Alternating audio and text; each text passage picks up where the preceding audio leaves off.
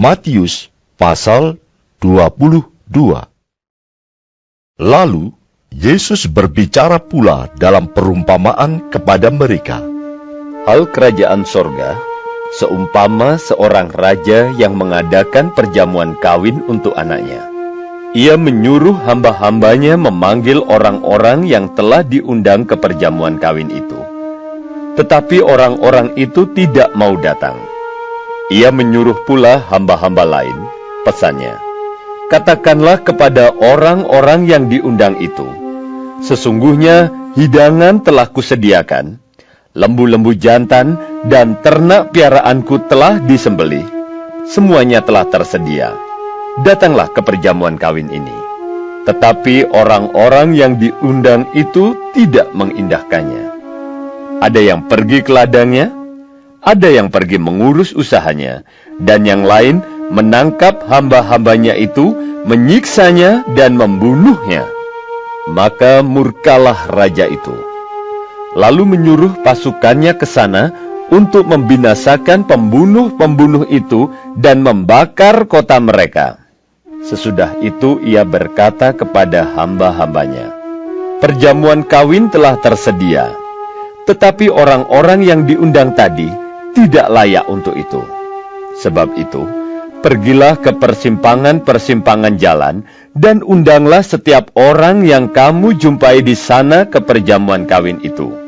Maka pergilah hamba-hamba itu, dan mereka mengumpulkan semua orang yang dijumpainya di jalan-jalan, orang-orang jahat dan orang-orang baik, sehingga penuhlah ruangan perjamuan kawin itu dengan tamu. Ketika raja itu masuk untuk bertemu dengan tamu-tamu itu, ia melihat seorang yang tidak berpakaian pesta. Ia berkata kepadanya, "Hai saudara, bagaimana engkau masuk kemari dengan tidak mengenakan pakaian pesta?" Tetapi orang itu diam saja. Lalu kata raja itu kepada hamba-hambanya, "Ikatlah kaki dan tangannya, dan campakkanlah orang itu ke dalam kegelapan yang paling gelap. Di sanalah akan terdapat ratap dan kertak gigi. Sebab banyak yang dipanggil, tetapi sedikit yang dipilih." Kemudian pergilah orang-orang Farisi. Mereka berunding bagaimana mereka dapat menjerat Yesus dengan suatu pertanyaan.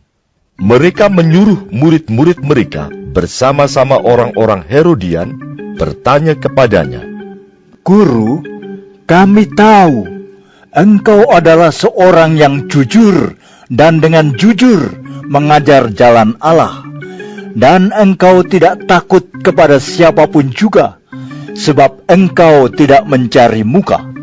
Katakanlah kepada kami pendapatmu, apakah diperbolehkan membayar pajak kepada Kaisar atau tidak?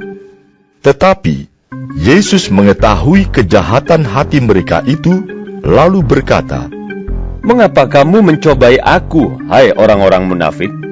Tunjukkanlah kepadaku mata uang untuk pajak itu." Mereka membawa suatu dinar kepadanya. Maka ia bertanya kepada mereka, "Gambar dan tulisan siapakah ini?" Jawab mereka, "Gambar dan tulisan Kaisar."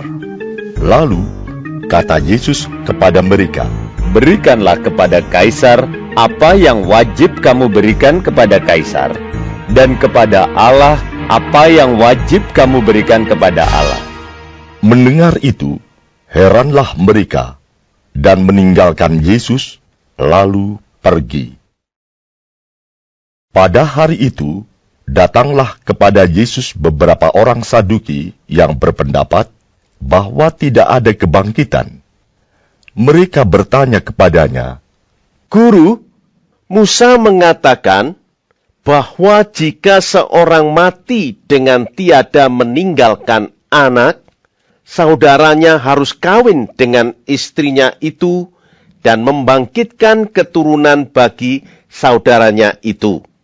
Tetapi di antara kami ada 7 orang bersaudara. Yang pertama kawin, tetapi kemudian mati. Dan karena ia tidak mempunyai keturunan, ia meninggalkan istrinya itu bagi saudaranya.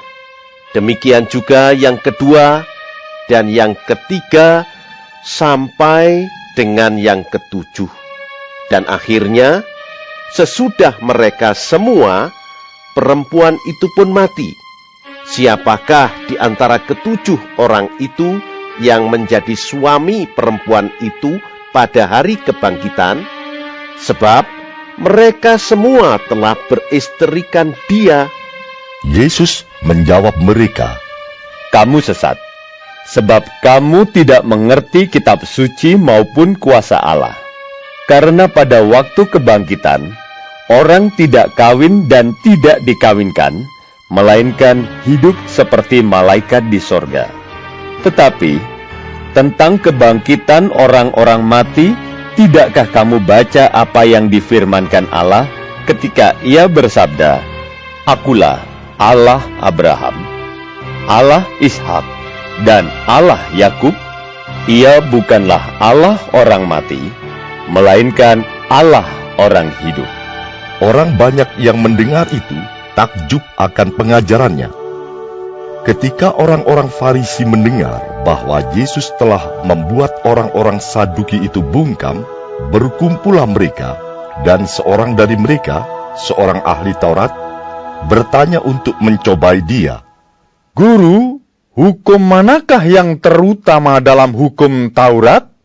Jawab Yesus kepadanya, Kasihilah Tuhan, Allahmu, dengan segenap hatimu, dan dengan segenap jiwamu, dan dengan segenap akal budimu. Itulah hukum yang terutama dan yang pertama. Dan hukum yang kedua, yang sama dengan itu ialah, kasihilah sesamamu manusia seperti dirimu sendiri. Pada kedua hukum inilah tergantung seluruh hukum Taurat dan kitab para nabi. ketika orang-orang Farisi sedang berkumpul, Yesus bertanya kepada mereka, katanya, Apakah pendapatmu tentang Mesias? Anak siapakah dia? kata mereka kepadanya, Anak Daud. katanya kepada mereka, Jika demikian, bagaimanakah Daud oleh pimpinan roh dapat menyebut dia tuannya? Ketika ia berkata, Tuhan telah berfirman kepada tuanku, duduklah di sebelah kananku, sampai musuh-musuhmu kutaruh di bawah kakimu. Jadi, jika Daud menyebut dia tuannya, bagaimana mungkin ia anaknya pula? tidak ada seorang pun yang dapat menjawabnya. Dan sejak hari itu, tidak ada seorang pun juga yang berani menanyakan sesuatu kepadanya. Ada seorang pun yang dapat menjawabnya, dan sejak hari itu, tidak ada seorang pun juga yang berani menanyakan sesuatu kepadanya.